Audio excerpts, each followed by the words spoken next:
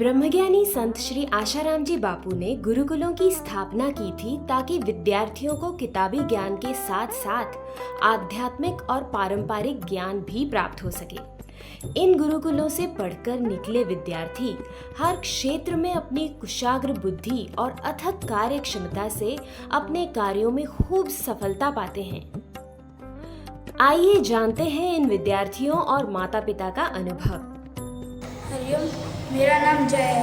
मैं 7वीं कक्षा में पढ़ता हूँ। मैं संत श्री आशाराम जी गुरुकुल में अहमदाबाद में पढ़ता हूँ। पहले मैं अपने माता पिता को प्रणाम भी अच्छी तरह से करना नहीं आता था, पर जैसे भी मैं गुरुकुल में आया हूँ तभी से मेरे को इतना संस्कार आया है कि मैं पहले सुबह उठकर मैं अपना नियम करता हूँ और माता पिता को प्रणाम भी मैं करता हूँ।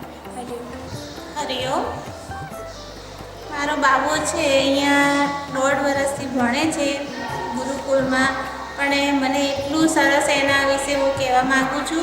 तो मारा गुरुजीने प्रार्थना करूँ छुं के मारो बाबू 1.5 वर्षथी भणे छे पण एनामां बहु बदलाव आव्यो छे के त्रिकाळ संध्या करे छे, प्राणायाम करे छे, योगा करे छे अने बधी रीते एम के एनुं सारूं लागे छे अमने અને એનામાં બહુ બદલાવ આવ્યો છે।